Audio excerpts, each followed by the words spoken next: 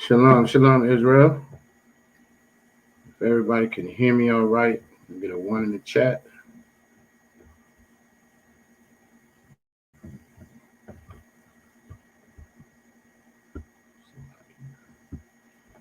Y'all can hear me all right if I can get a one in the chat.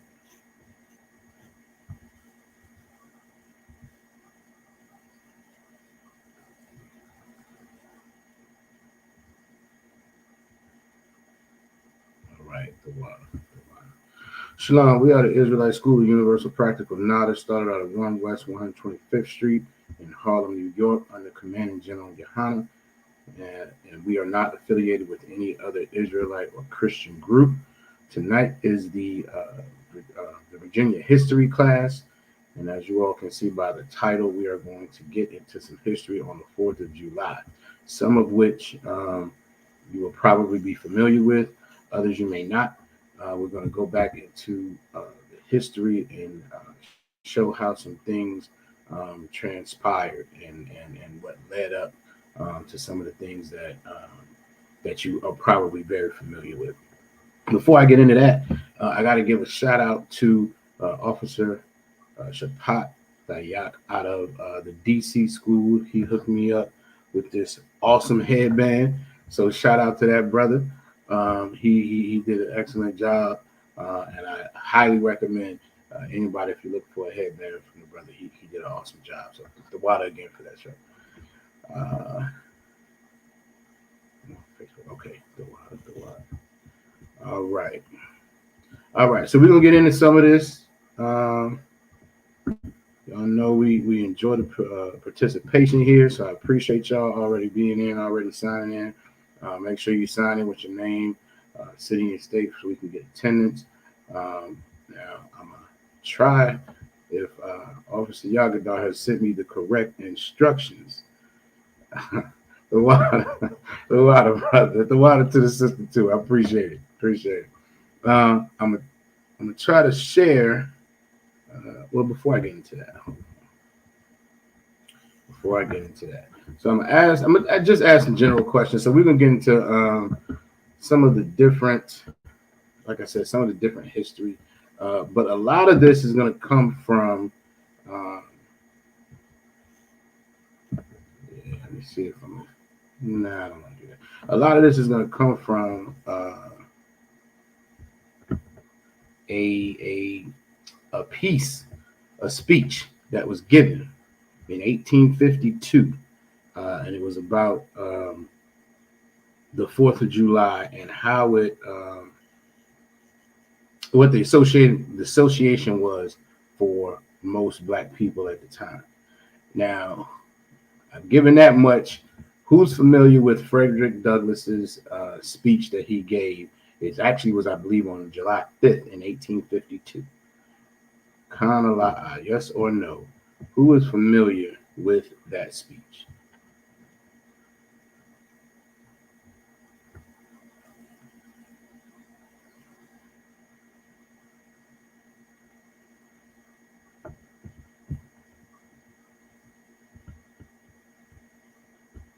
Who is familiar with that speech?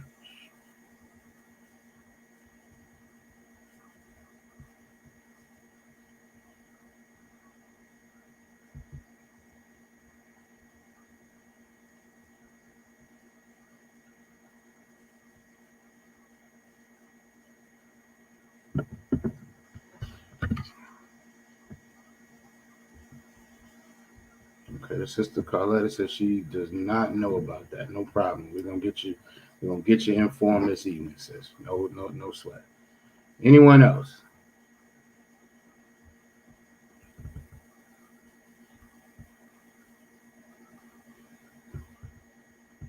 Anyone else?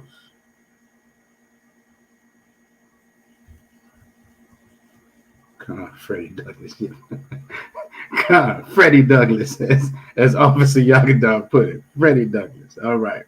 So he's familiar with the speech that he gave. Okay. So we're gonna get into it. Oh, Salaki, you know I didn't even give my shout outs. I didn't say it. I'm starting off all messed up.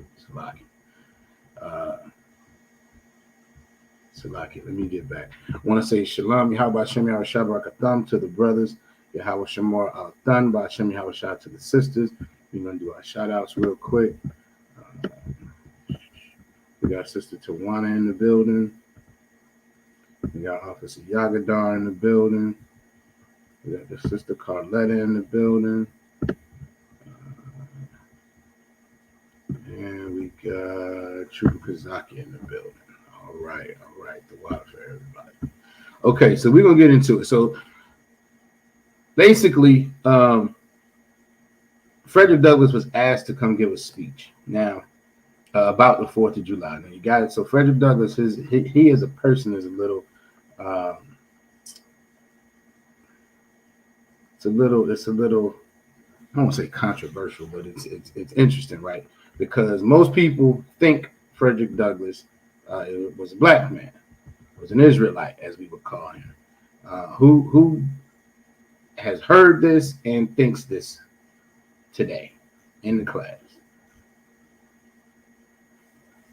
Who has been told that Frederick Douglass was a black man? We know that he was born into slavery. We know that and we may not know, he was born into slavery. He eventually escaped and started, he wrote a ton of books and started getting a lot of recognition for his work as, working against the institution of slavery. But what's interesting about him is that his father was a white man. His father was one of our oppressors. His father was actually a slave owner and I believe his mother was one of the slaves on the plantation.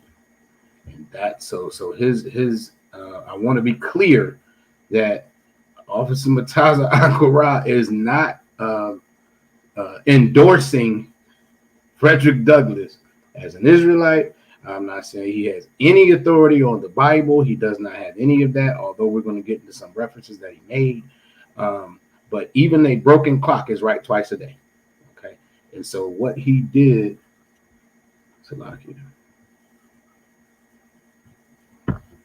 Khan, right, you were taught that he was black, but he was a devil. Exactly. He's an absolute oppressor. That's what his father was. And so we know biblically that's what he was. But again, this is not what's taught. And again, even a broken clock is right twice a day. And he was right in a lot of what he said, what we're going to get into. I just want to be clear that, again, Officer Mataza Akora is not saying that Frederick Douglass is any type of Israelite. He is not a brother. He is not an authority in any way, shape, or form. He just had a speech that where he said a lot of right things. Now, in that same speech, he said a lot of wrong things. One of the things that he said in the speech that we're going to get into, because they asked him to speak, again, this was 1852. I want to say this was the 76th anniversary of the so-called 4th of July. And part of his speech was about how young the nation was at the time and how, not that he was given a complete pass for slavery, but it was, the tone was very, well, you're in your adolescence, and I'm glad you're in your adolescence because you got a lot of growing to do. But that gives a certain pass. Almost saying, well, you're conducting, you're still dealing with slavery, but it's because you're young. These were not young men. This was not a young mentality. This was a very thought out approach and institution, and they knew exactly what they were doing. So that's what I mean when I say he said a lot of good things. He said a lot of things that weren't so good. All right. We're just going to focus on the good things tonight. All right. Because again, right. Exactly. Yeah. You say you heard about it, but he's eating my exactly. So who's familiar with the speech that he gave? I know Sister Carletta says she does not know about that speech. Does anybody else? Is anybody else familiar with the speech that he gave and the things that were said? Kind of like.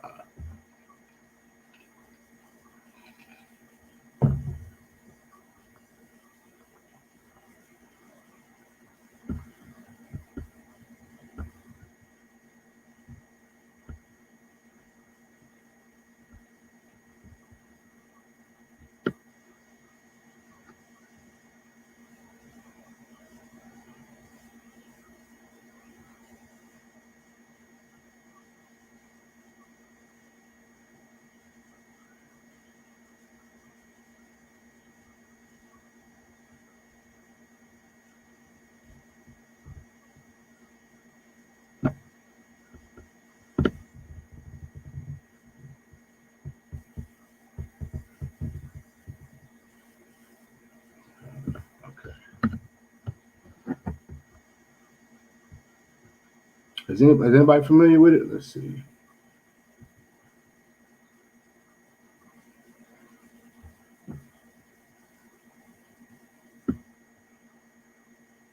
Yagadar says he quoted the Bible to plead for compassion, but also held the other founding devils in high esteem. Yes, that was one thing that he absolutely did. He had a very, I don't even want to say interesting. He had the same type of tone and relationship with this wicked kingdom that a lot of these men who come along in an attempt to save us do. MLK was the same thing. He talked a little bit of trash, not that much. And again, he used the Bible to plead for compassion and all of that. But he still held this wicked kingdom in a high esteem. A lot of these leaders that have come along have done the same thing. There's this duality to their approach that doesn't make sense. That's why it's important for our people, Blacks, Latinos, and Native Indians, to get into the ISUPK under Command and General Yohana, because there is no contradiction under Command and General Yohana. There is no contradiction with the things that we learn and we teach in this school. It's very, very simple. The Bible is for Blacks, Latinos, and Native Indians. So-called Blacks, Latinos, and Native Indians. Our oppressor is the devil that the Bible speaks of. It's very simple. It's very simple. There's not a whole lot of back and forth. And part of that back and forth, and we've talked about it many times, but part of that back and forth is Christianity. Because Christianity and Caesar Borgia and giving us this image of a God who is not us but looks exactly like our oppressor is all part of the mental breakdown and destruction of our people. And so all of these leaders, all of them have this strange confliction, this strange duality where they want to kind of hold them accountable, but then kind of give them a pass and kind of beg for them to be merciful and still say they're wonderful. I mean, it's the most amazing confusion that has almost ever existed. Jose Agudar said he called the founding fathers peaceful patriots, right? And we know definitely now, if you want to call them patriots, sure, they're patriots to their country, sure, I give them that. They are far from peaceful. That has not been their MO ever, either back then or right now. They are not peaceful in any way, shape, or form. And again, they were not peaceful when 9/11 happened and they went over to the Middle East and Afghanistan and bombed millions of people. There was no peace there. There was no peace there. There was no peace at all. They were not peaceful when they took, we're going to get into some of this, but when they took our ancestors and our forefathers and absolutely raped and destroyed them, pillaged them. They were not peaceful when they destroyed our communities all across this country, even after slavery. They were not peaceful when we were being openly lynched all across this country. When they were making events of it. They were having children come and watch us as they completely lynched us. That was not peaceful. They were not peaceful even after the so-called Civil Rights Act. And now we are gunned down in the streets for any and every reason that they can come up with. And most often they go straight home. The only thing that has changed, halfway changed recently, is the fact that we got cameras everywhere. Thank the Most High for that technology. But that's the only thing that's changed a little bit. And they're still violent. So peaceful is definitely not something that this wicked oppressor is in any way, shape, or form. All right. So we're gonna get into it a little bit. I'm gonna try to share this screen, Officer Yagadar. We're gonna see what happens. Let's see. Shout out to Officer Yagadar for getting me the specifics I needed last week. I've been playing with it. I think we're gonna get it.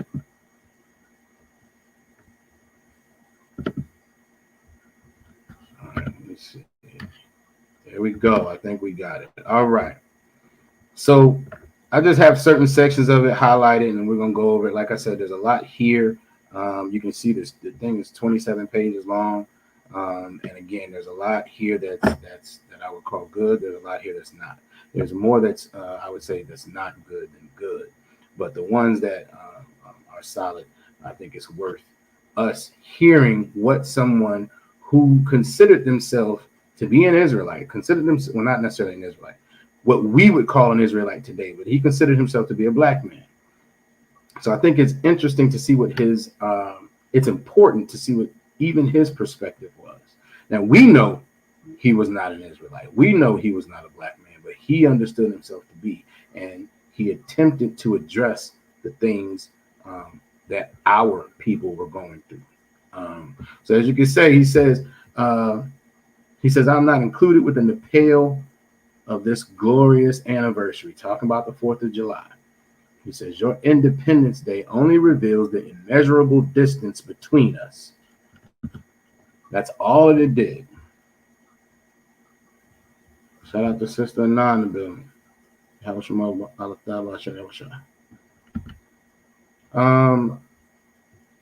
Says it just, your independence only reveals the immeasurable distance between us. The blessing in which you this day rejoice are not enjoyed in common. Meaning you all are having this wonderful celebration. You all are having this wonderful celebration. But everybody doesn't get that. Oh, Salakia. I'm messing up.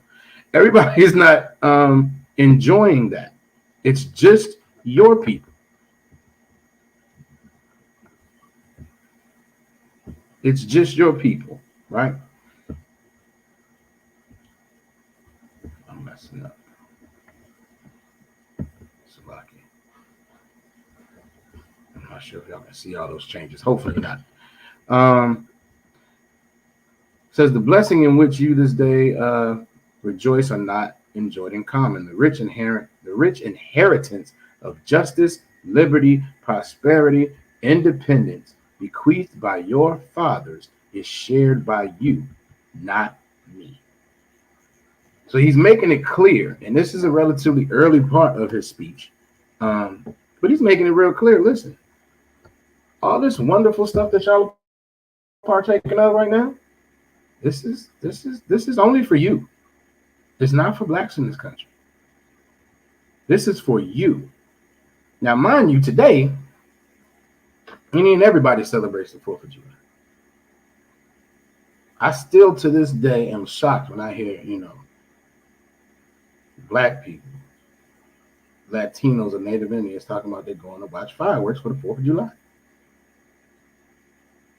When they're talking the week before it comes, hey, what you doing for the 4th? Nothing. That is not our holiday. That is not our tradition. That's their tradition. And it should be. It should be. It's their independence from what they consider to be oppression. Now, that's the crazy thing about it, too. So who can tell me what the Revolutionary War was fought over? Who's familiar with it?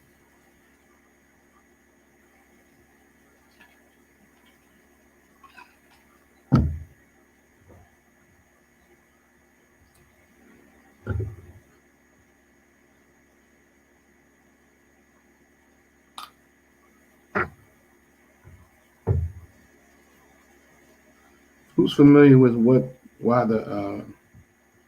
led up predominantly to the Revolutionary War? What led up to them writing the Declaration of Independence at all?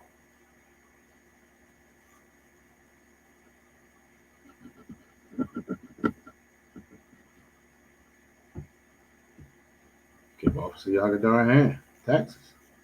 It's just about taxes. Because long story short, what you had was they had to pay taxes back to the monarchy, the king, queen, whatever, back in Britain, right? But they didn't have any type of representation in the governing body. So think about it like if you had to pay taxes, but you didn't have anybody to represent anybody from the state of Virginia in Congress. It was that type of situation. And because they didn't have anybody to represent them, but they had to keep paying taxes, they got upset. And we all know what Esau does when he gets upset. Somebody got to go. Somebody got to go. So we're gonna write this Declaration of Independence. We no longer messing with y'all. We good. Now, why were they so good? Why did they have to pay taxes? Why did they have to pay so many taxes? Who can connect those dots for me?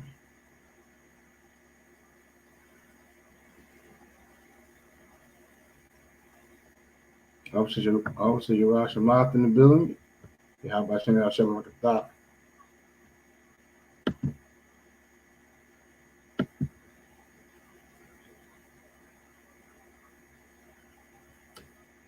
Because you're talking about like, what was it, the early 1600s when they first, Columbus first came over, and then, you know, that's when the migration, immigration, whatever you want to call it, started, right? So you're talking about 1770s, less than 200 years later, they're on some, we're good. We're good. Y'all can leave us alone. We no longer want to be tied to you all. Why was that? How was that? That in such a relatively short period of time, you had a country that could declare its independence from its parent country. Think economics. Think what could lead, how could a country develop its economy at such a pace that it can now cut its ties to the parent country.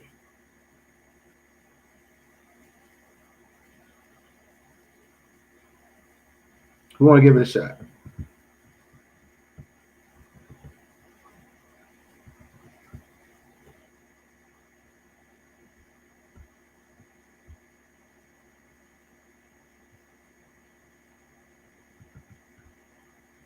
Who wants to give it a shot?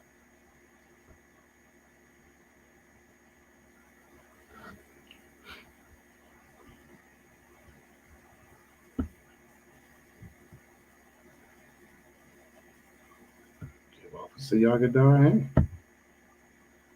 They're making all that money off us as slaves. The free labor. The free labor catapulted this country. It catapulted this country in a way that has rarely been seen before. You're talking about, I mean, you're talking about folks came over here and a relatively short time period later, hey, listen, we have built ourselves up in a way that we no longer need you. We no longer need your support. We're good to go. That you don't have that without having slaves. You don't have that without the enslavement of blacks, Latinos, and Native Americans. You just don't have it. It doesn't exist. It doesn't happen. If you have to pay your people actual wages to build up your country, that is a slow process. But when you have this free labor to do so, sure, I don't mind paying the taxes on it until I decide I don't want to pay taxes on it anymore. And when that happens, Esau said, okay, I'm done. I'm done. We don't all want to be part of y'all. All right. So from their perspective, though, this is justice. This is liberty. This is prosperity. This is independence that they were given by their fathers. Their fathers went to war for their independence, justice, liberty, all that wonderful stuff. And so this is something to be celebrated if you are Esau. If you are our oppressor, celebrating 4th of July makes absolute sense. But as it says here, it makes absolutely no sense to us because that was not shared by us.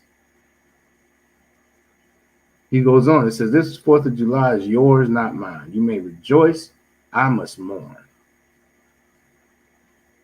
To drag a man in fetters unto the grand illuminated temple of liberty and call upon him to join you in joyous anthems, joyous anthems were inhuman mockery of sacrilegious irony. Do you mean, citizens, to mock me by asking me to speak today? Again, a broken clock is right twice a day. I like how he said what he said. Because remember, he thought he was a black man. So how dare you come ask me to speak on your holiday when there are black people all across this country who are still enslaved?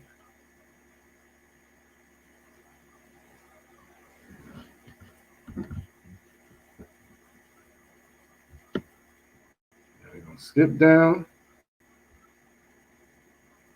And this is where kind of the meat of what he said lies.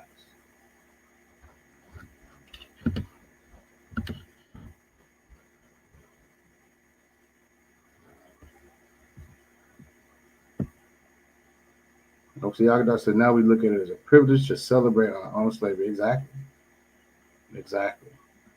We look at it as a privilege to celebrate someone else's freedom, someone else's liberation, another nation's liberties and freedoms when that same nation held us captive at the time. Now we look at it as a privilege. Matter of fact,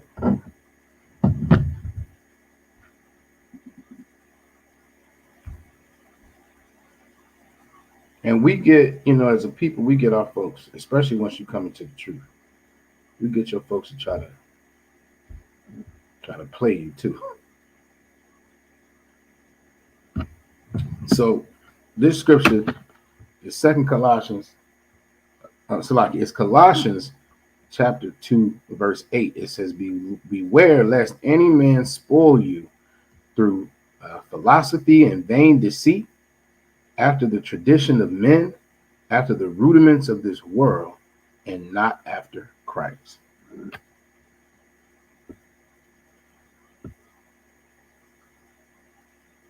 So the scripture is saying, beware lest any man spoil you through philosophy. We all know, listen, especially the Christian church, especially the Christian pastor, they will philosophize, or however it's said, on everything in the Bible and be absolutely wrong. They will absolutely make up this wonderful breakdown that makes absolutely no sense because the Lord put it on their heart and the Lord told them, and so on and so forth. They'll do that and lead our people, as they continue to do, down the wrong path, away from the Most High, away from the scriptures, away from the statutes and commandments. Vain deceit. Listen, once you continue to tell your family and friends that you don't celebrate these holidays, then you hear them start saying stuff like, well, I don't really celebrate it either. It's just a time, that's convenient for everybody to get together. It's convenient for, to have a cookout because, everybody's off, so on and so forth. It's a vain deceit because you're lying to my face when you tell me that you're celebrating these holidays. You are absolutely lying to me, but you want me to believe that it's not, so that I can go ahead and break the law, statutes, and commandments along with you. That's what we have to be mindful of, even with our people, even with our family and friends. I don't know how many of y'all have experienced, but I've had to catch this type of vain deceit more than once. And it can be a little tricky because as Israelites in ISUPK, we don't celebrate these holidays. So it can be easy to forget when they even are. Till you get a phone call asking, from your homeboy, you want to come over and have a drink on some random day of the week. Sure, I might come kick it with you. Wait a minute. What day is it? You trying to get me to come over there for 4th of July? You trying to get me to come over there for Easter?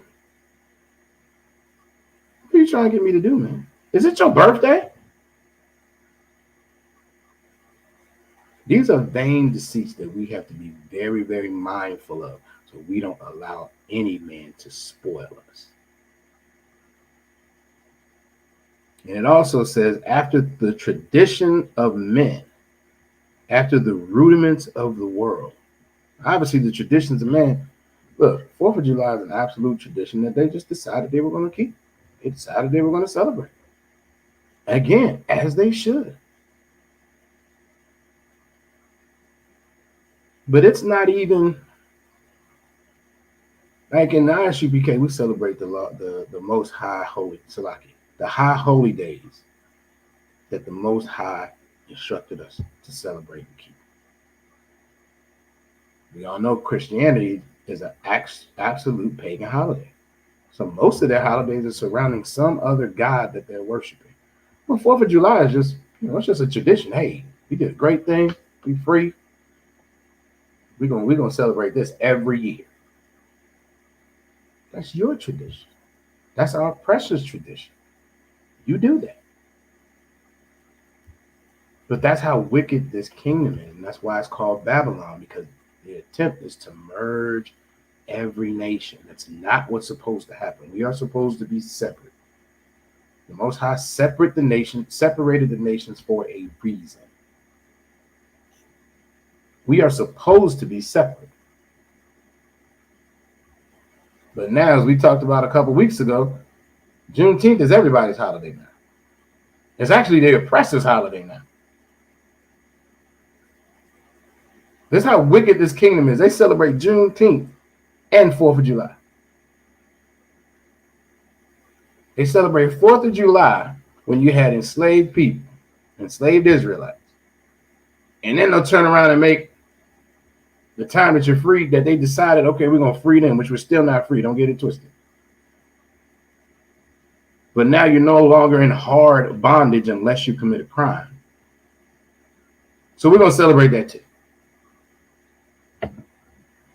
That's absolutely why this place is Babylon.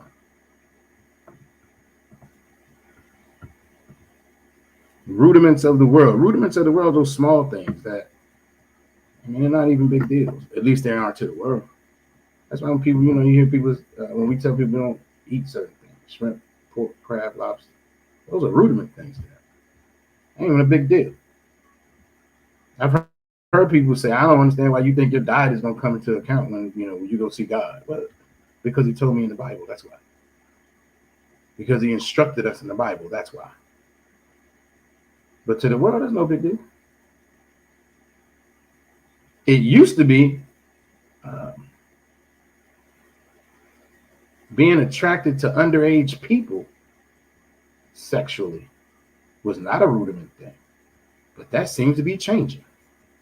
That's why we have all these euphemisms now. MAP and MSM, I think it is, and all this. They're slowly making these things more and more acceptable so that they can be they're just not big deals.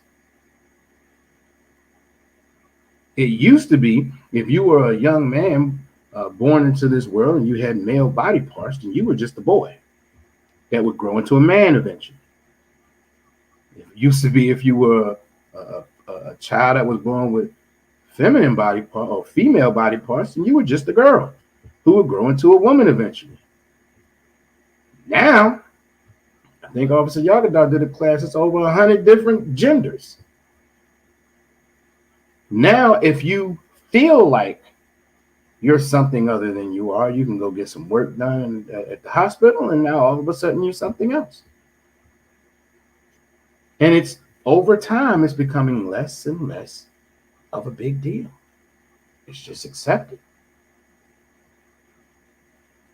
These are the rudiments of the world that we are not supposed to be following at. These things that are flippant to this oppressor. It says, and not after Christ, meaning don't allow all of these things to, don't follow these things, and then you'll get spoiled and won't follow after Christ. You'll get spoiled and won't understand that you're not supposed to partake in these holidays and traditions. You'll get spoiled and listen to that vain deceit when somebody says, "Oh, I don't really celebrate it. We're not really celebrating Easter. We're not really celebrating 4th of July. We're just gonna get together and cook out and do fireworks and dress in red, white, and blue. We're not really celebrating." Don't allow people to spoil you by following these things, the traditions of men, and not following after Christ. Triple call Sapar in the building. How about you? All right, so he gets into it now. He says, "What to the American slave is your 4th of July?" I answer, "A day that reveals to him more than all other days in the year the gross injustice and I believe that's what would be cruelty to which he is the constant victim. To him, your celebration is a sham, your boasted liberty an unholy license, your national greatness swelling vanity, your sounds of rejoicing are empty and heartless. Your denunciation of tyrants, brass-fronted impudence, your shouts of liberty and equality, hollow mockery. Your prayers and hymns, your sermons and thanksgiving, with all your religious parade, are and solemnity are to him mere bombast, fraud, deceptions, impiety, and hypocrisy. A thin veil to cover up crimes which would disgrace a nation of savages. Even a broken clock is right twice a day. That is an absolute true statement. These are crimes that have been committed against our people, against our nation. And they have no concern for it. They have no concern. They had no concern then, and it's important for us to understand that they have no concern for it now.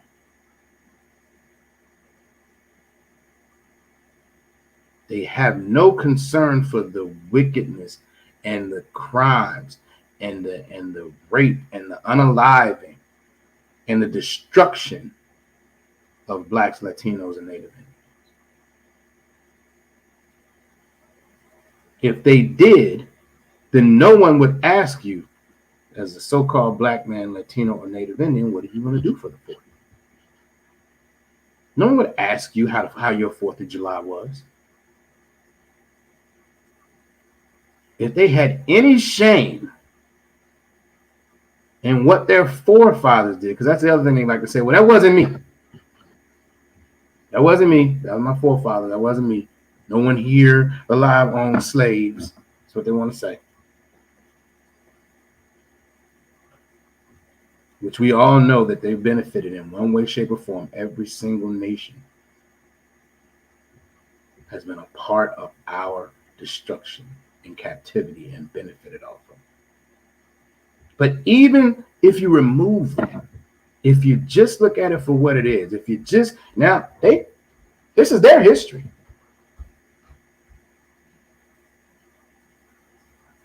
The Declaration of Independence is their history. They're proud of it.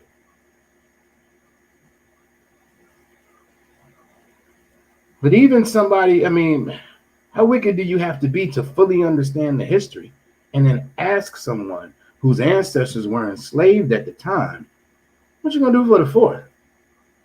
How was your 4th of July? They have absolutely no care, no concern, no shame. And we're so destroyed as a people, we just want to be accepted by them. So we'll come and participate.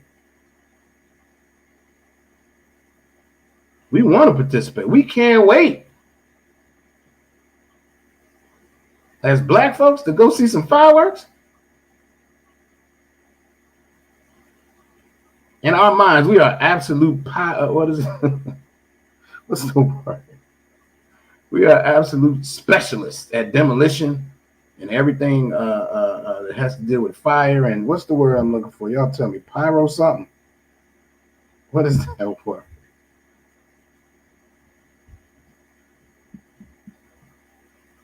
It's gonna bother me till I figure it out.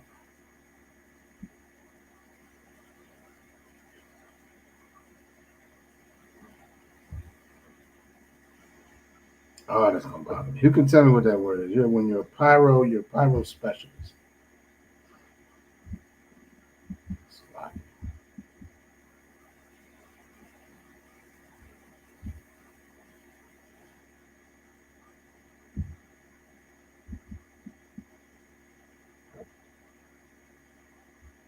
Pyro specialist. Is that what it is? Technics? Pyrotechnician. I think that's what I was looking for. Pyrotechnician. I think that's what I was looking for. Either way, point still stands. Thank you, the water, because that was gonna bother me. But yeah, when it's 4th of July, listen, we like to go get the biggest and the most of everything we can, because we are going to have we're gonna light the whole block up as if we're really trying to reenact what that stood for, right? Because we can.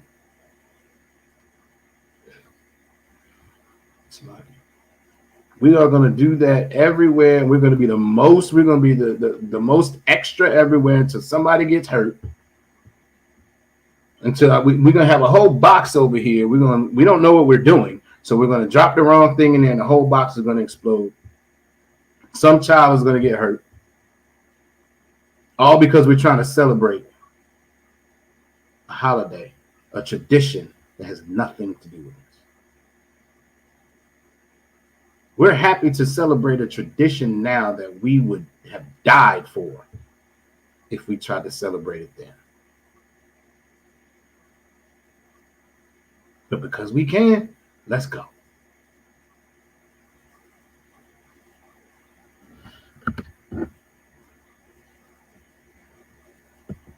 It says there is not a nation on the earth guilty of practices more shocking and bloody than are the people of these United States at this very hour.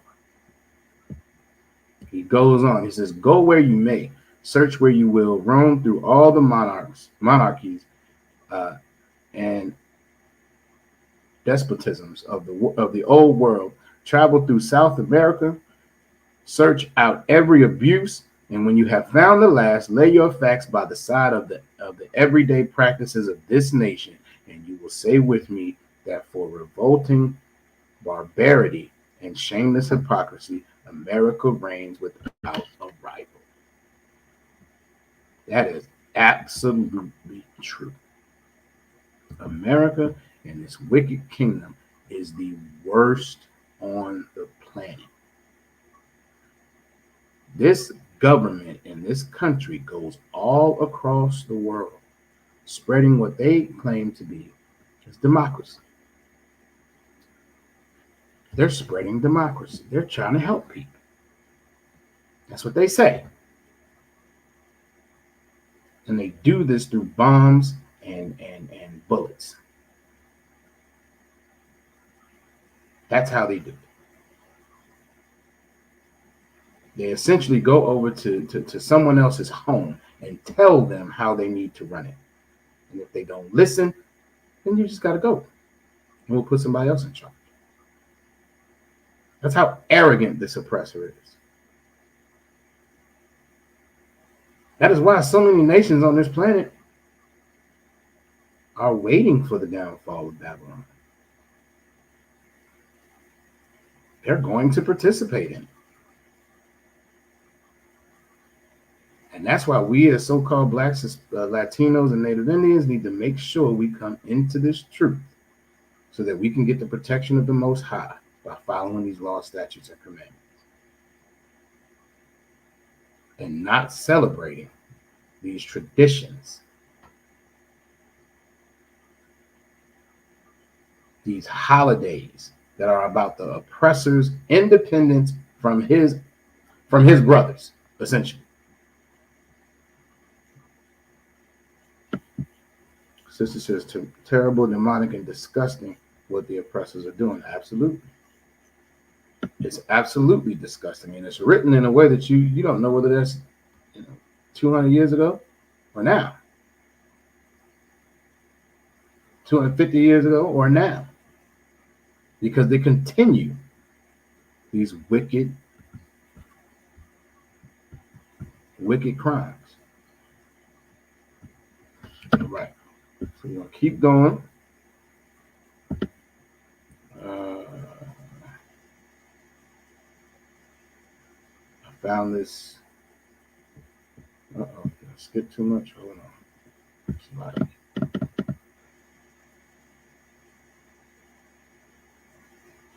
Oh, this is also. I almost forgot. I skipped down too fast. Sloppy. Okay. Sloppy. Try and get there. I didn't do that well at all. Good night.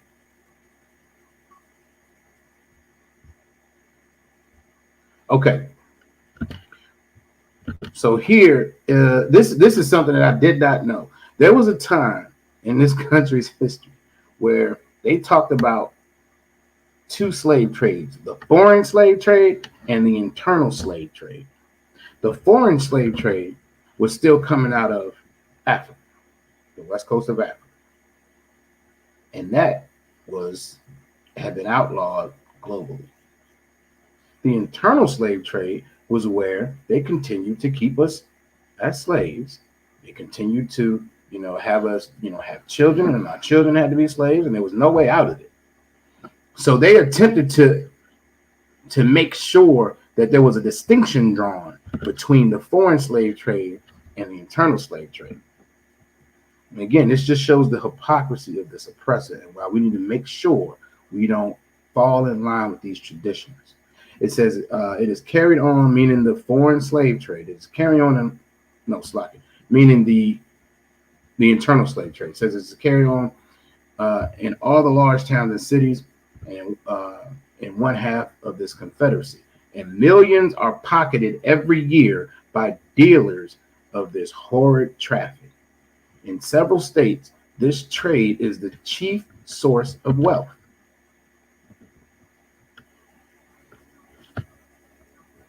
And in several states, it was a chief source of wealth, but all across this country, it was high up there. Even though it might not have been the chief one in every state, it was definitely high up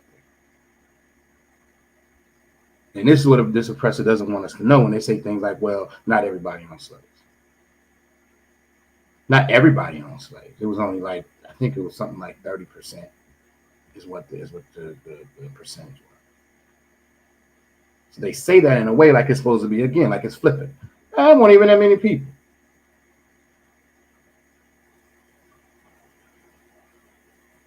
That's like saying everybody doesn't work at Walmart. But everybody has an impact of Walmart. Most people there's some impact on their daily lives for Walmart.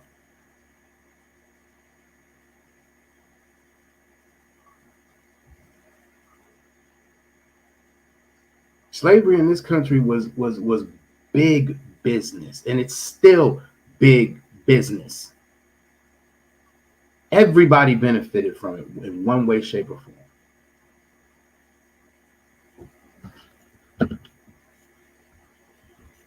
All right, but it goes on. It says, this is talking about the foreign slave trade. It says that trade has long since been denounced by this government as piracy, the foreign slave trade. It says to arrest it, to put it to an end to it, this nation keeps a squadron at immense cost on the coast of Africa. So at this time, America had soldiers on the west coast of Africa to stop the foreign slave trade. Why would they have been so invested to stop the foreign slave trade? Who can give me some ideas as to why that would have been a big deal for them?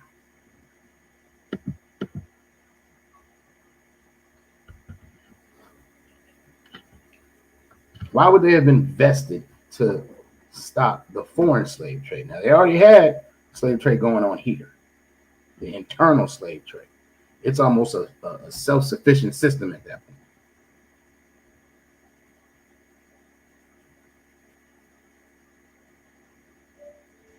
What would have been the benefit of stopping the rest of the world?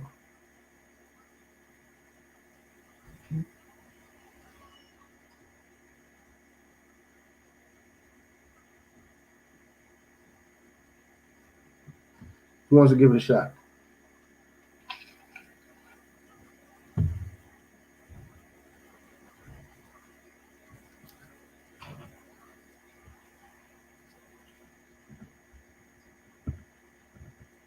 All right. Officer Yagadar said they wanted to control the slave trade for themselves. Yes, but take that thought a little further. Why?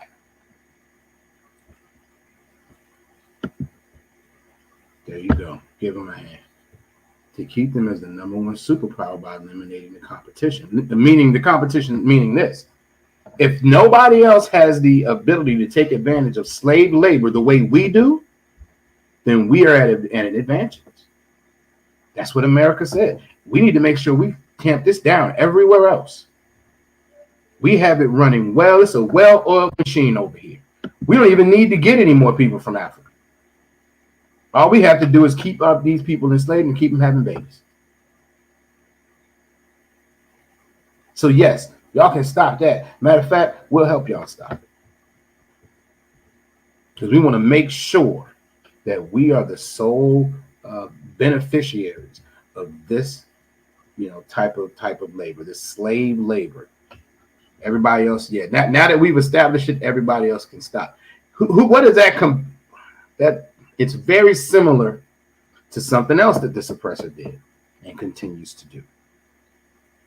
It's one of those things that is like, once I get this set up, once I'm good, then nobody else needs to participate. Nobody else needs to take advantage of this. Who can give me another example of that is going on today and is a relatively hot topic for their people, for the oppressor's people? Absolutely. Give Officer Yagadar a hand. They rigged the game and then changed the rules. It's exactly what they do. And they have a history of it. That's part of their method of operation. That's part of their method of operation. But what's another example? Affirmative action. Let me think. That's not the one I was thinking of. Perhaps. That's what I'm saying. Maybe. They pulled a Clarence Thomas on the slave train. God, I get what you're saying. That's not the one I was thinking about, but I get what you're saying. I think there's another one that's a little more blatant, a little more clear. Welfare, that's a good example. It's probably multiple examples. That's a good one. Because they set that up and then they act like it was all us. That is absolutely a good one. Matter of fact, they set it up and then they made sure they impoverished our neighborhoods and communities. And then when we took advantage of it, they said that we were, lazy and then calling our women crack mothers and the fathers were no good. All of that. Guns, gold. I'm not sure what you mean there, Officer Yagadar. So for the sake of time, I was guns, gold, drugs. These are all things that they pump. Yes, absolutely. Think about there was a time where they described this country, the oppressor. So like the oppressor described this country as a nation of what? I want y'all, somebody gonna give it to me. They describe the people here. They describe the citizens as a nation of blank.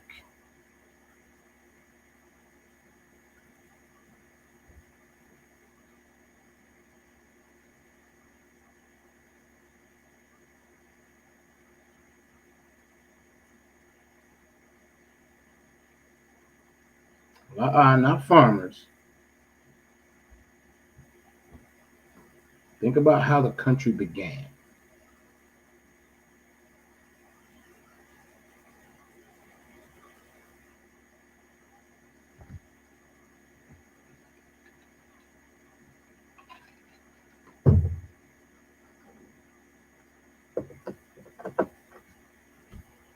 Yeah, not farmers. Think about how the country began.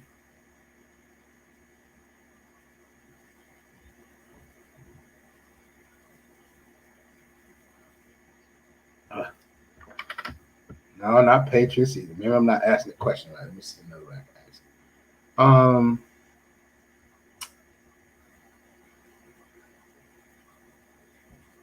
it. Okay, I'm gonna walk y'all there. I know somebody's gonna get this. I'm gonna walk y'all there. All right. None of our oppressors are from here. They're from somewhere else, which makes them what? Once they come here,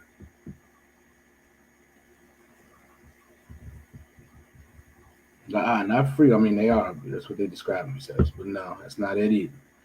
Give Officer Yagadar a hand. Immigrants. They describe themselves as a nation of immigrants. They used to say it a lot until who can give it to me? It used to be a mantra of theirs. I think it's the Statue of Liberty that says something. I don't know it specifically, but it says something like, send us your poor and your downtrodden and all that. Send those people to us. Send the immigrants to us. They were only talking about certain people. There we go. We said a melting pot. That's another answer. But yeah, Officer Yagadar was definitely more on it. Right. They were all Europeans. Exactly. And as long as everybody was coming from Europe, then y'all come on. These are all immigrants, though. And it's no problem.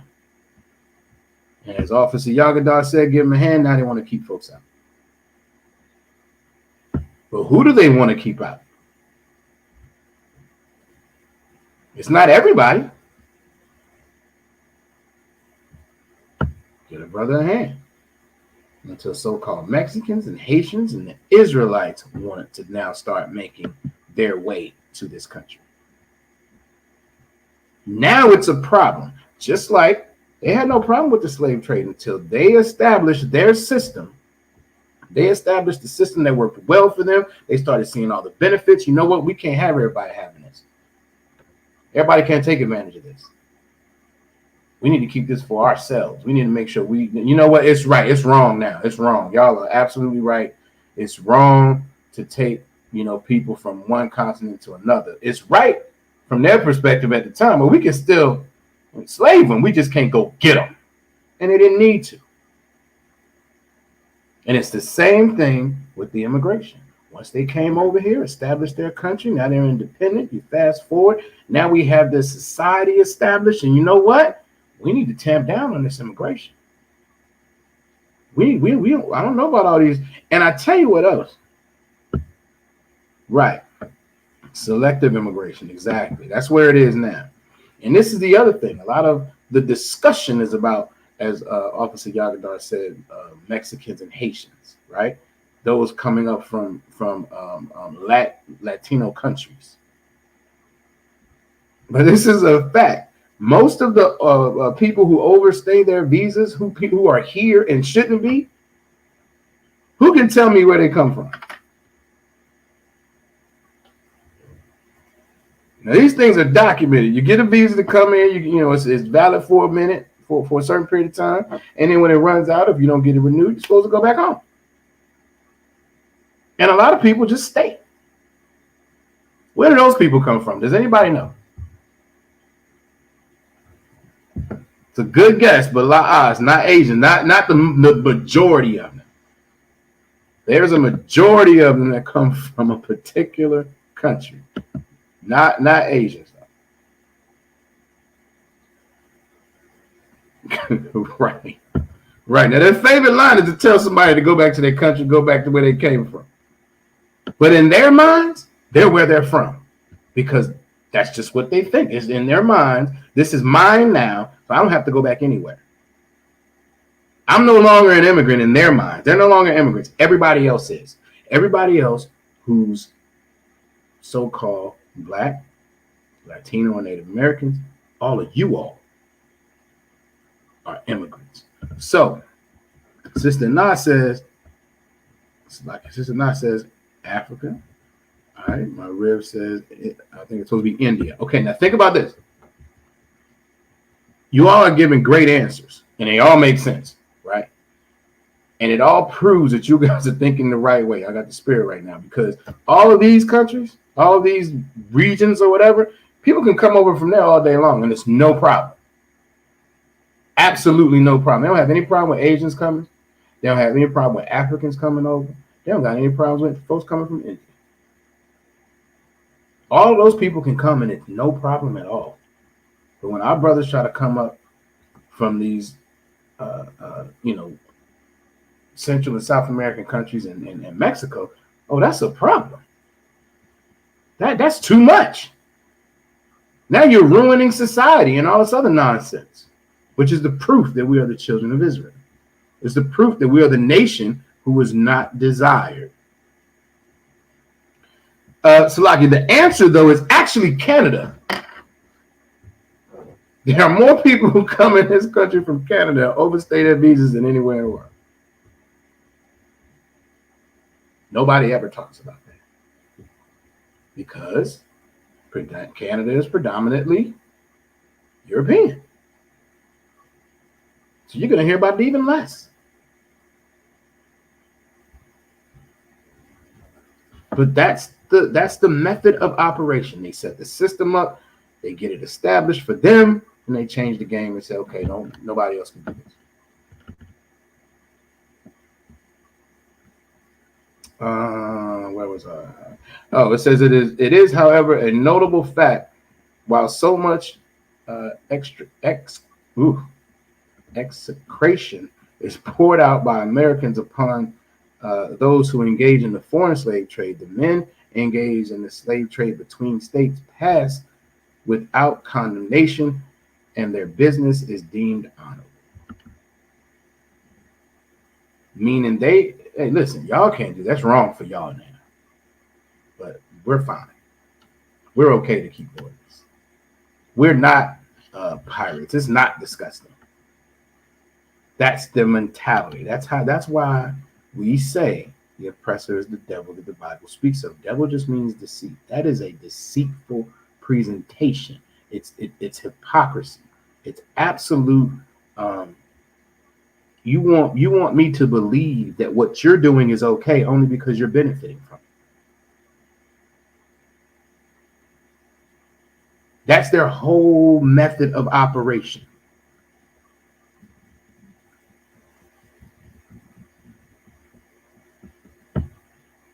It's like you were obviously Rosh Hashanah said to celebrate the 4th of July is cruel. You are sacrificing the suffering of others for your own pleasure, while your people are independent and not free. You're celebrating the 4th. Exactly. Come on. It's a disregard for your people. It's a disregard for your family. It's a disregard for the wickedness that this kingdom not only did, but continues to do.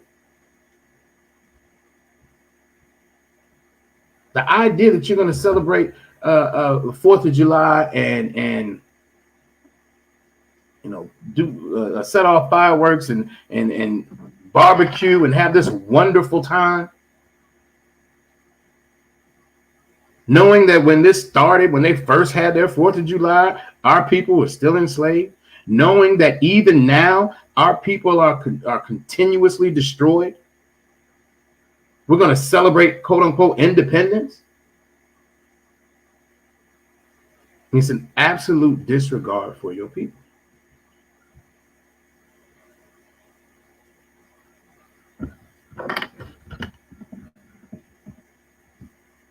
All right. Where are we at time? Okay, I gotta skip forward.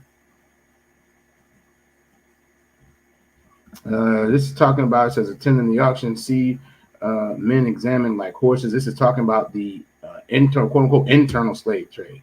See the forms of women rudely and brutally exposed in the shocking gaze of American slave buyers.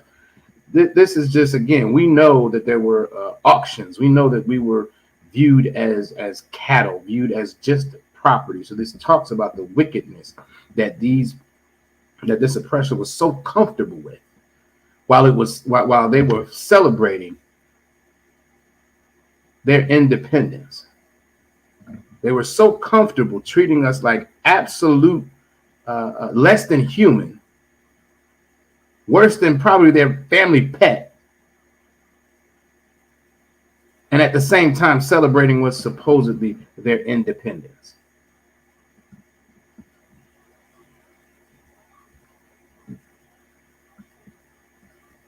It's like the sister said, Egypt, Iraq, China, and Canada, they want here. They don't want no Hebrews. Exactly. They don't. They do and they don't.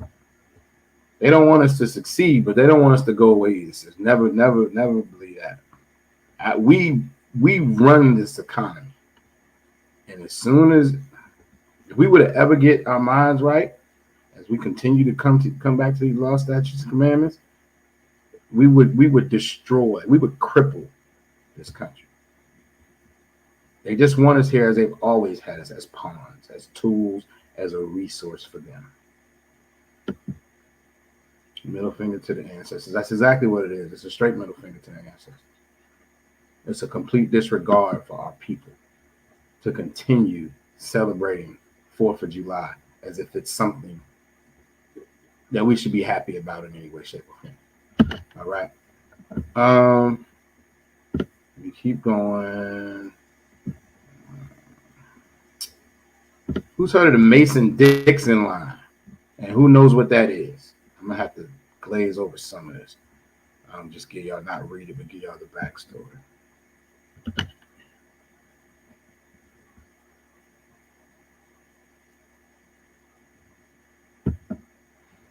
Y'all said we had to make them feel comfortable, then we choose to show our teeth and make them comfortable today.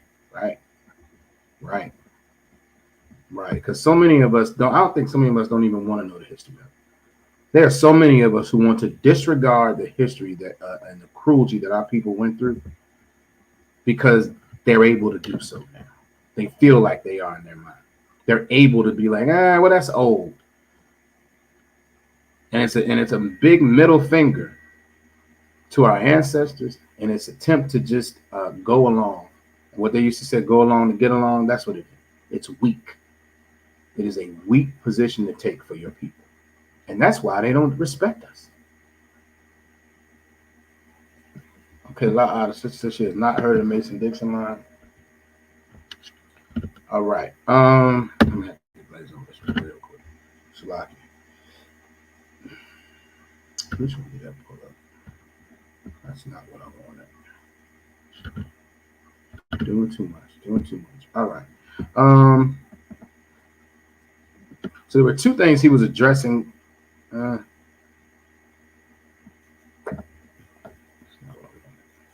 All right. It says, but still more inhuman, meaning he's already talked about the disgusting things that this country is doing. It says, disgraceful and scandalous state of things remain to be presented by an act of the American Congress not 2 years ago, not 2 years old. Slavery has been nationalized in its most horrible and revolting form. By the act, Mason-Dixon line has been obliterated. New York has become as Virginia, and the power to hold, hunt, sell men, women, and children as slaves remains no longer a mere state institution, but is now the institution of the whole United States. Now,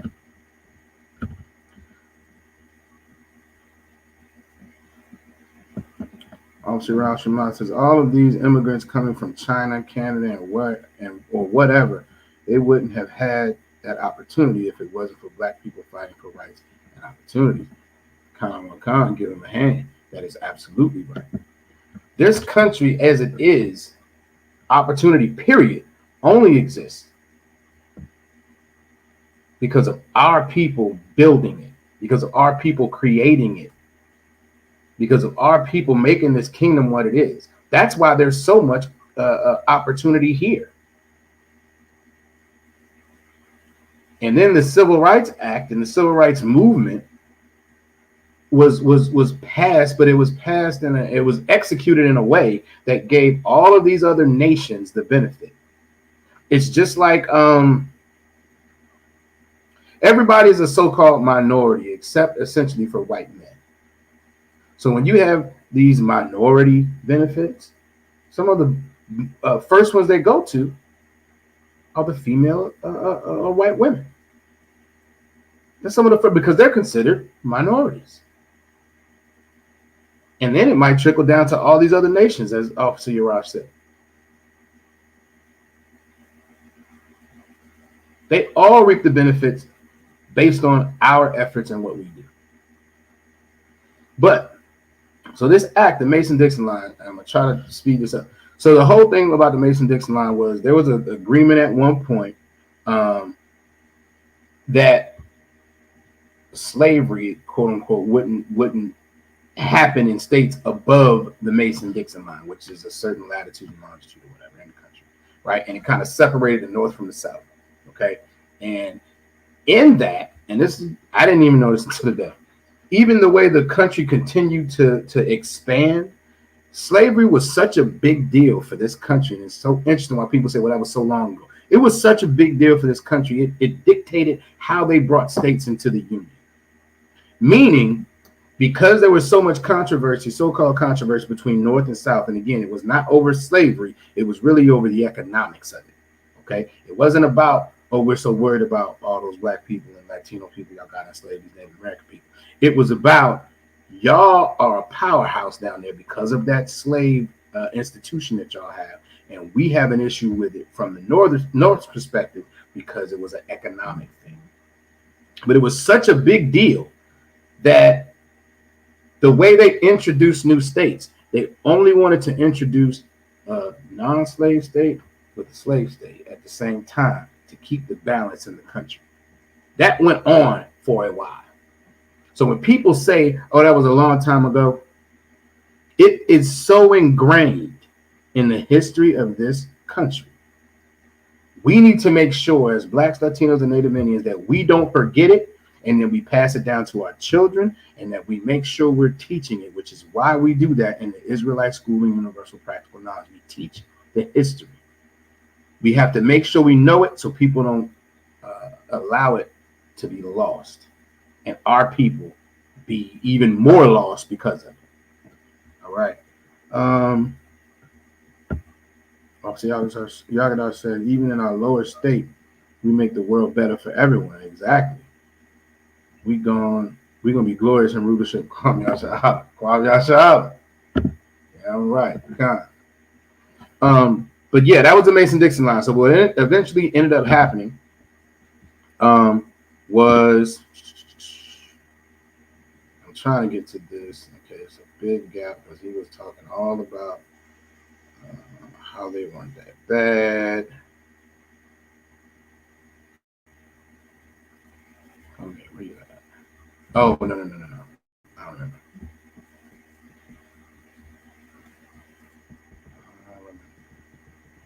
You know what? Scratch that. I gotta go to them.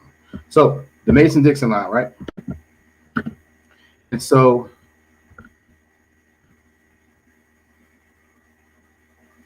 at around 1948, right? That's I'm sorry, 1848. That's in 1948. Around 1848, there was that's when the gold rush happened. Some of y'all maybe have heard of that, remember that from school. There was a whole gold rush in California. So because there was this gold rush in California, America decided they wanted to bring California on quickly. They didn't want to do the whole even thing. We need to make sure we can go get the gold, which again, we know this country's whole MO is about money. So because there's this gold over there, forget all this deal we had. We need to go get California now. So when that happened from the southern states' perspective, they were like, well, wait a minute. Y'all trying to take advantage. So then here comes the compromise. of 1850. It says the compromise was necessitated by the U.S. annexation of territory stretching from Texas to California after the Mexican-American War. Because what initially happened was they went to America goes to Mexico and says we want to buy all this land, all the land that they got, right? That eventually became the United States. And Mexico was like, nah, we ain't interested in that. You know, props to them. So what does the president of the United States do at the time? He sets up a post as deep in Texas as he can, which is basically an encroachment on their territory. So, of course, they got a choice to make at this point because you're kind of flexing in our spot. Can't have that. They go to war. Esau's blessed with the sword. 2 years goes by. Mexico says, okay, we got to fall back. All right. They fall back, sell the property like at half of what they initially offered them. Because, of course, now that I beat you in war, I don't have to yesterday's price is not today's price, right? So they only gave them like half. And so that's how the expansion happened. Partially through war and then forced negotiations, essentially. So then there was all these agreements that you couldn't have because they didn't want, again, because of economics, they didn't want slavery to expand. They wanted to stay where it is. So we're gonna get California, but we're not gonna do another state. So what you had was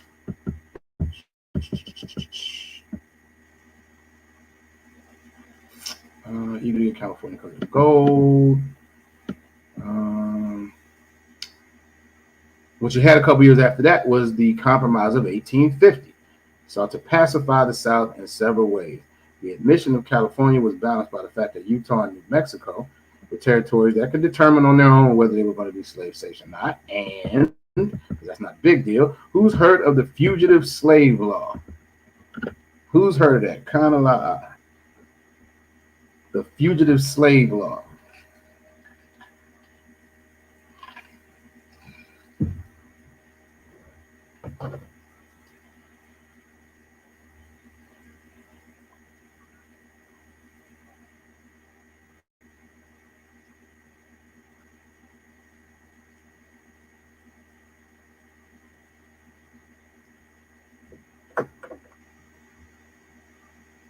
Okay. Officer Yagadar is familiar. Who else? The fugitive slave law.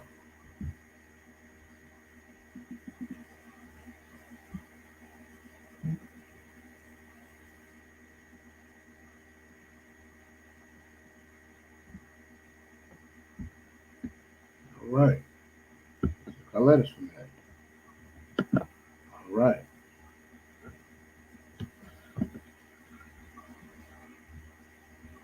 All right, we're gonna keep going now.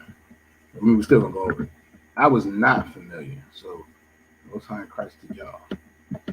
So, as part of this compromise, so the fugitive the fugitive slave law essentially ruled that fugitive slaves or slaves who had escaped into free northern states were still subject to southern slave laws. They could be legally recaptured and returned to the South as slaves.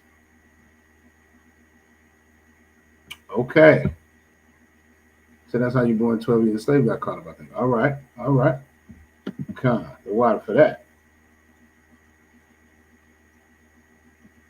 So yeah, because there was a time where the whole mission was to get to the north, get to New York, get to Boston, get to Pennsylvania, get to these northern states, because once you hit the state, you were free. So now this law says no. Now, anybody who's up there, we find out they're up there, then y'all gotta return them because they're still slaves at that point.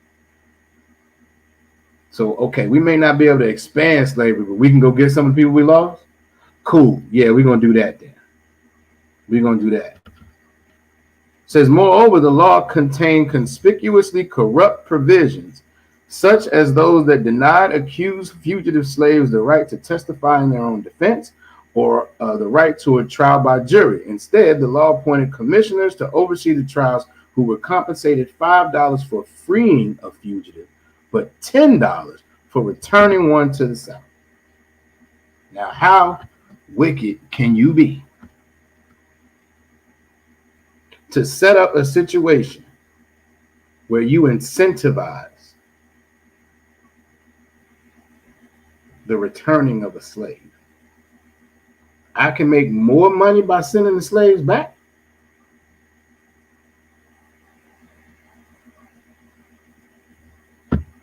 Right, very similar. Very similar for ICE. Exactly. Very similar for ICE, which was another system set up to then combat something that they had been doing for years. We're all immigrants. Everybody come from another country. Blah blah blah blah blah. Once they got over here and set it up, you know what? We need an immigration task force. We need, what is it? I forgot what it stands for. Immigration something enforcement. I forgot. But now we need a whole agency to make sure we combat the same immigration that we took advantage of. And it was the same thing back then. We need an agency. We need a commissioner who's going to oversee these tribes. And we're going to give him more money to return, so-called return the slave. Now, these are all things that were going on years and years after. This is what, 75 years after the Declaration of Independence. These things were still going on, and our people, even now, are still excited about celebrating the 4th of July.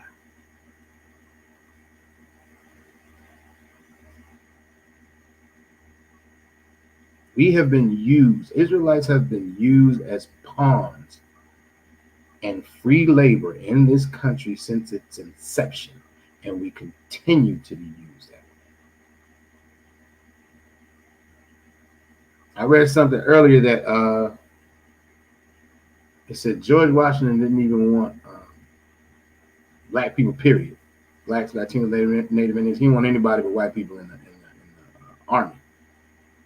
Any army when they were going through the Revolutionary War, because strategically this makes sense.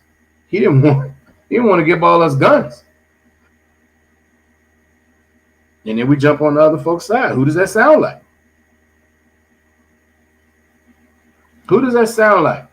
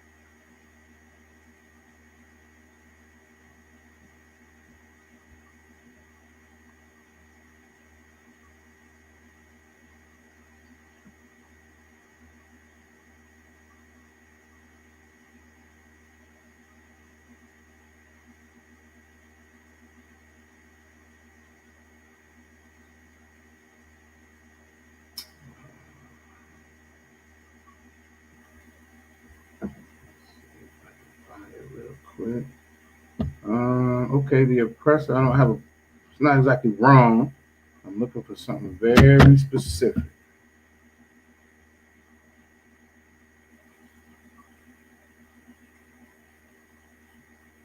Here it is.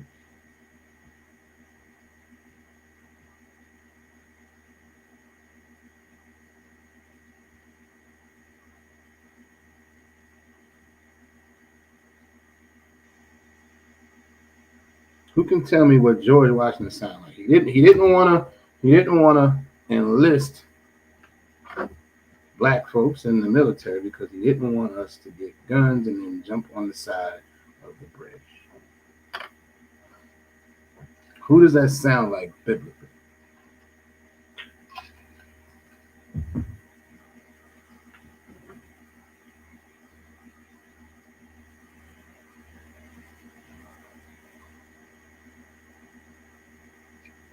Who want to give it a shot? Who else want to give it a shot?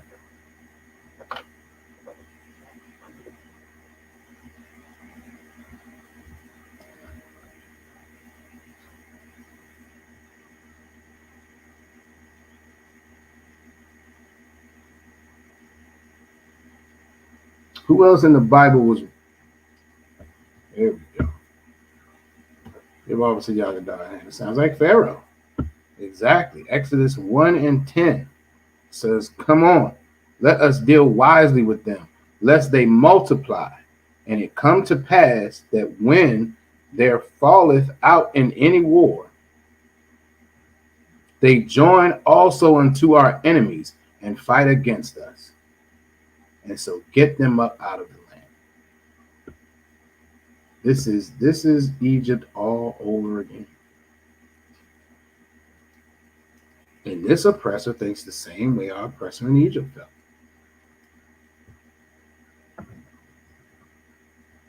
Now, that was George Washington's first instinct, right? So then what did the British do? Who can tell me?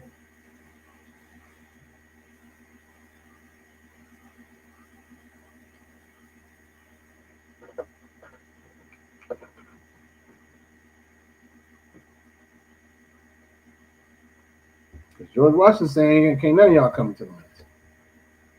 Y'all might join with the enemy."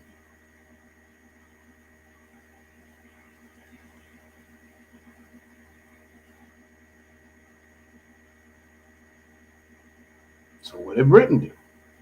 Britain said, "No problem. Hey, look, y'all, if y'all want to be free, come fight for us." And of course, that's what we did.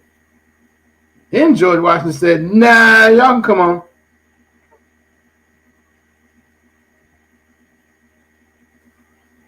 Right. Give officer y'all can die and promise freedom for slaves that fought for them. That's exactly what they did. And then right after that, George Washington said, "Okay, you know what? I was just joking." Because even then, right, they used us. Exactly. Even then, though, something similar happened, if y'all remember when we talked about the Civil War. We have been used as pawns in every aspect of this country's history.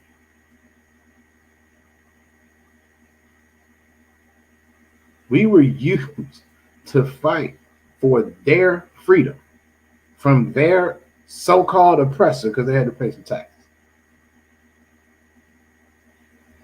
All the while,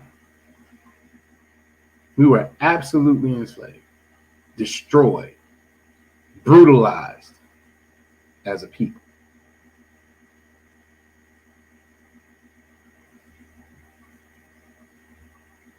I think the majority of folks who so-called the so-called founding fathers who signed the Declaration of Independence, most of them were slave owners.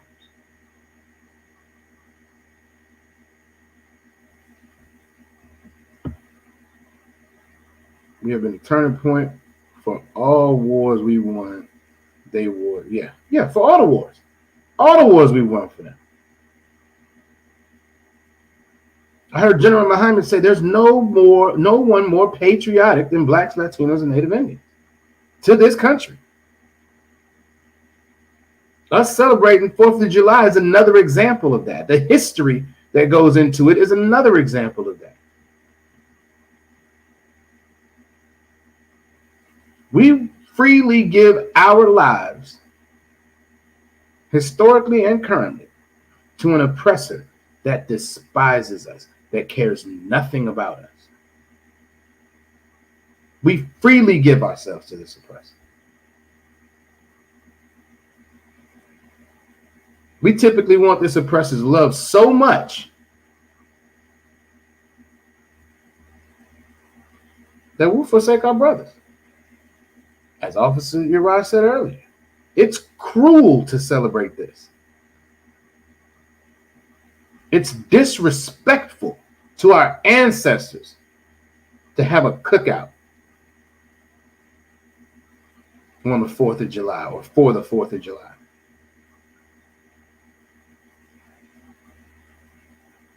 It's the biggest disregard for your family. People talk about oftentimes, right? You hear people talk about, especially when they believe in voting, right? We don't vote in here. But oftentimes the argument that people make is, well, you know how many people died for your right to vote? And they look at you like you're so wrong.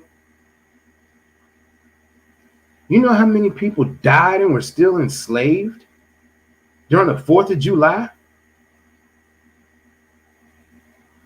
But yet you have no disregard, you have no concern for celebrating that?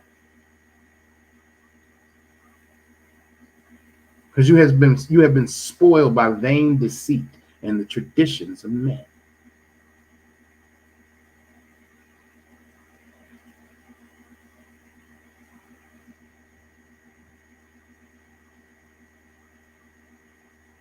Forced or by ignorance. You mean us participating in the wars?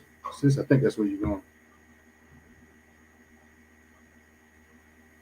But no one has any regard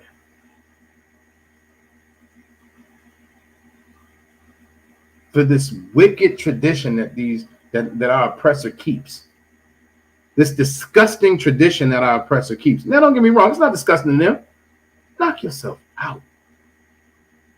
But anybody who's an Israelite who is of the so-called Black, Latino, or Native Indian, no, stay completely out of that. You're spitting on your ancestors. You're joining with another nation.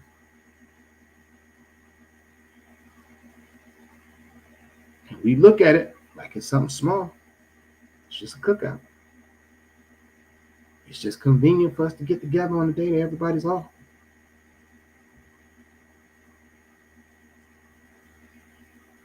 And this is why we can't come, why so many of us have problems coming back to the law, statutes, and commandments.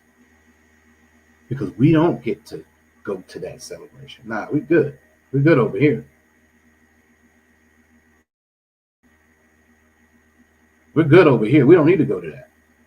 We understand that if we go to that, we might as well, again, it's just so disrespectful to your ancestors. It's cruel. It's selfish.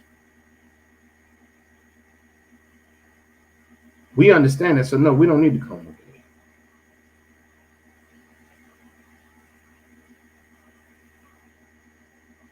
But when you look at it like it's not a big deal, when you don't understand or don't care about the history of it all, and that's what gets lost too, because so many of us don't care. We don't want to think about it. So we can go and have that fun. So then it's lost. And as time goes on, people aren't going to teach it to their children. The truth about it. And over a period of time, it's like over a long enough time, you'll have our people thinking that was something for us. Or at best, it'll be, well, we celebrate both of them. We celebrate that and Juneteenth. So,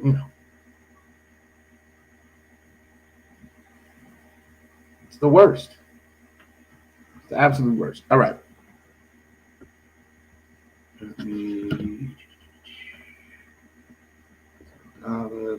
That. I want to say. This goes to what Officer Yagadar was saying. 12 Years a Slave. I actually have not watched that movie, so I'm not sure exactly what the plot is. But it said Northern free blacks were particularly alarmed that the law did not contain allowances for those blacks who were not escaped slaves. Blacks who had lived their entire lives as free citizens could easily be captured and quote unquote returned to a slavery they had never before experienced. Thousands of free blacks and fugitive slaves fled to Canada, no longer secure in the protection of the free states. But again, this oppressor was not concerned about how this was going to play out for us. This is a pawn to be used in a negotiation. They sat down at a table. One of them said, "Look, I'm trying to go get this gold out of California." I'm like, nah, I can't have that because that's gonna mess up the equilibrium we got going here. Well, I tell you what, how about any slaves that you lost, you can go get them.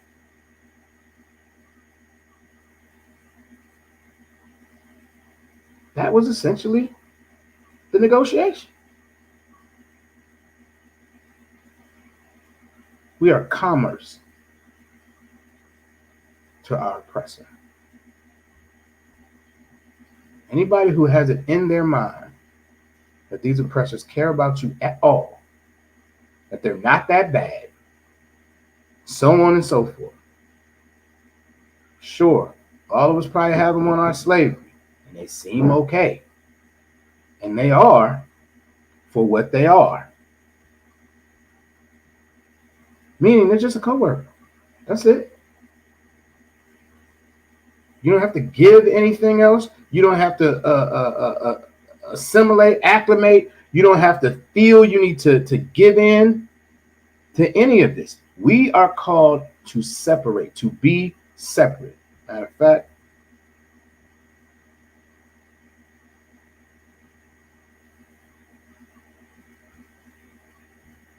Revelation 18:4 says, "And I heard another voice from heaven saying, 'Come out of her, my people.'" Her is America. How do you come out of her? You come into class. You get in the ISUPK under Command and General Yohana. You start following these laws, statutes, and commandments. You stop celebrating these traditions and holidays that has nothing to do with you. If you are a black, so-called black, Latino, and Native Indian. This scripture is talking directly to you. So you come out of this wicked society and this wicked country by removing yourself from its holidays, from its traditions. It says, "Come out of her, my people, that ye be not partakers of her sins." That's our problem. We take on the spirit and the traditions and the holidays of this oppressor. It's a sin for us to do these things. It's against the law. We are not allowed to do these things. We are supposed to follow the law, statutes, and commandments given to us by the Most High. It says in Psalms, these were not given to any other nation. So no other nation knows the Most High's judgments. It's only us, which is why we have to deal with the things that we have to deal with. That's why we have to deal with the oppression. That's why we have to deal with the crime. That's why we have to deal with the drugs. That's why we have to deal with the impoverished communities. That's why we have to deal with our children being taken from us. Whether it be to foster care, whether it be to CPS, whether it be because they were locked up in dog cages on the border. These are the things that we have to deal with. These are the things that we suffer because these are the judgments of the Most High for not following his laws, statutes, and commandments. It says, "And receive ye not of her plagues." The only way we cannot receive the plagues that are going to come down on this nation is to make sure that we have the cover of the Most High. And the only way we get that is by following the law, statutes, and commandments as we were commanded to do. Without doing that, all of these curses will continue to fall on us. We just showed how the same type of disposition that Pharaoh had when we were in Egypt, George Washington had the same disposition here.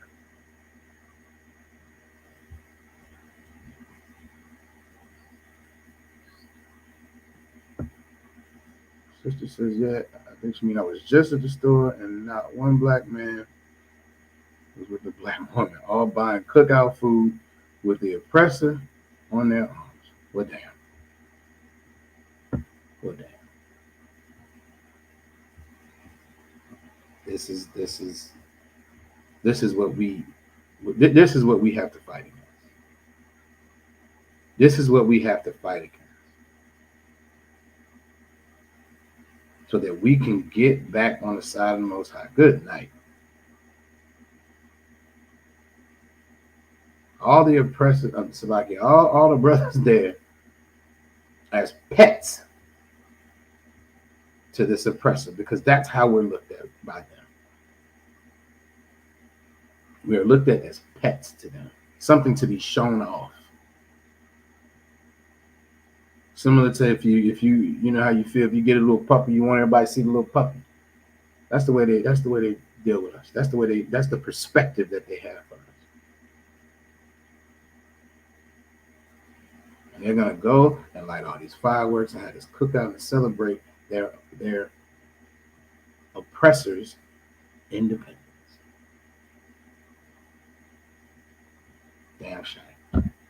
All right, with that, we're gonna go over the security announcements real quick. Slovakia.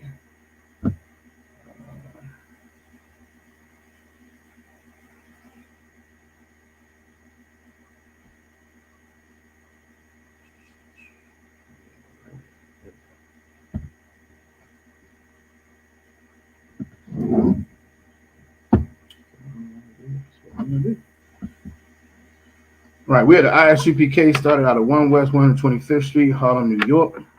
Rule for a new brother or sister. When a new brother or sister comes into the school, they are off limits for 6 months. They are to be saluted only. They are here to shed themselves of the world. If they need transportation, camp leader will arrange it. After 6 months, if a brother or sister has an interest in a particular person, he or she must get permission from the camp leader to speak to a brother or sister. There's another 6 months in which the brother and sister will court each other. After this 6 month period, the brother and sister will get permission from the head to marry. Tithes, which is a commandment, is found in Numbers 18 and 21 and Malachi 3, verses 8 through 10. It means the 10th in Hebrew is ma'ashara, the 10th of every penny of any increase the Lord gives you. You give to, it says the Treasury Department of Teaching, but you can also go on ISUPK.com and you can pay your tithes directly there. It will also allow you to track it. Obviously, you'll get your email responses and things of that nature, so you can track it that way. Priest fund. Free will offering for the priest is not mandatory. Whatsoever amount you would like. It's just whatever amount you would like. Upcoming high holy days or holy convocation. I believe it is the blowing of the memorial, the feast of blowing of trumpets. That's on September 15th. And if anyone wants to be a trooper in the school, you need to be in all black, which is boots, shirts, pants, headband, and war scarf. All right. And with that, I say Shalom Yahweh Hashem Shabbat thumb to the brothers. Shalom Yahweh Shalom Yahweh Shemar Alathan by Hashem Yahweh to the sisters. Class dismissed.